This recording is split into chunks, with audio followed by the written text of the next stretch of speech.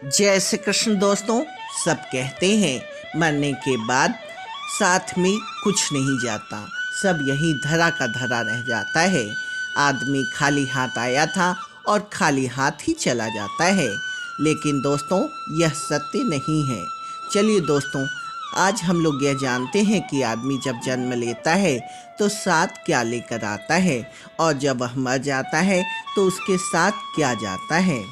दोस्तों, हिंदू धर्म कहता है व्यक्ति जो साथ लाया था वह तो साथ ले ही जाएगा, साथ ही वह भी साथ ले जाएगा जो उसने इस जन्म में अर्जित किया है। क्या साथ लाया था और क्या अर्जित किया है, आज हम लोग यह जानेंगे। दोस्तों, व्यक्ति जब जन्म लेता है तो अपने साथ 3 चीज़ें लेकर आता है। पहला है संचित कर्म, दूसरी है स्मृति और तीसरी है जागृति। हाँ, एक चौथी चीज भी है, वह है सूक्ष्म शरीर। इसके संबंध में हम लोग कभी और चर्चा करेंगे। दोस्तों, हिंदू दर्शन के अनुसार मृत्यु के बाद मात्र यह भौतिक शरीर या देह ही नष्ट होती है, जबकि सूक्ष्म शरीर जन्म जन्मांतर तक आत्मा के साथ संयुक्त रहती है। यह सूक्ष्म शरीर ही जन्म जन्मांतर के शुभ अशुभ संस्कारों की वाहक होती है।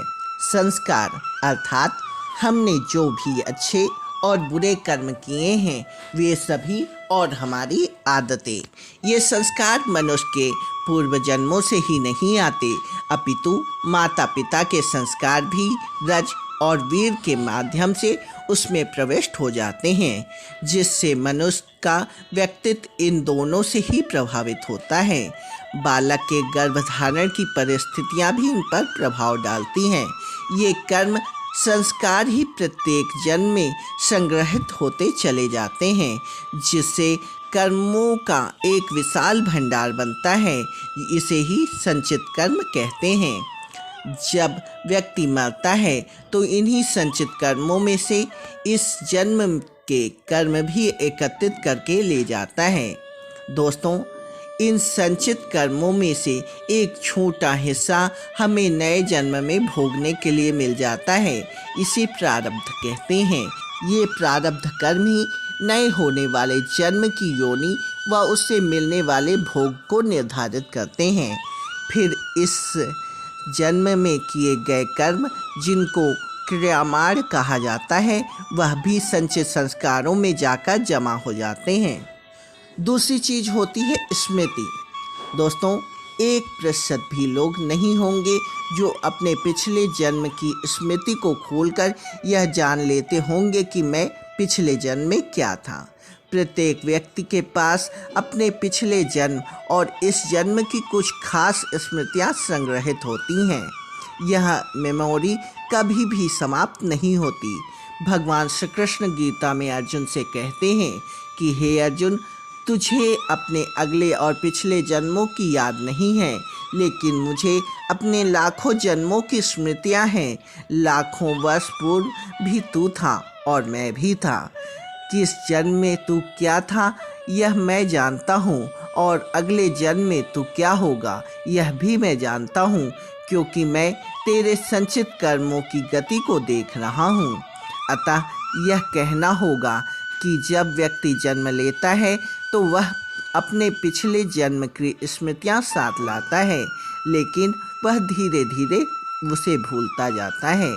दोस्तों, भूलने का अर्थ यह नहीं है कि यह सारी स्मृतियाँ आपके मस्तक से हट गई हैं, पर वह अभी आपके मन में नहीं है, पर वह मस्तक में कहीं न कहीं सुरक्षित है। इसी तरह जब व्यक्ति मरता है तो वह अपने इस जन्म की स्मृतियां बटोरकर साथ ले जाता है। तीसरी चीज है जागृति। यह विषय थोड़ा कठिन है। प्रत्येक मनुष्य और प्राणी के भीतर जागृति का स्तर अलग अलग होता है। यह उसकी जीवन शैली, संवेदना और सोच पर निर्भर करता है। उदाहरण के लिए आप समझ सकते हैं कि एक कुत्ता मनुष्य से कम जागृत होता है, जैसे एक शराबी व्यक्ति होता है। आप में बेहोशी का स्तर ज़्यादा होता है, तो आप भावना और विचारों के वश में रहकर जीवन यापन करते हैं। अर्थात आपके जीवन में भोग और संभोग की भावना महत्वपूर्ण होती है। दोस्तों, आप इसे इस तरह समझ सकते हैं कि आप में और पशुओं में क्या खास फर्क है।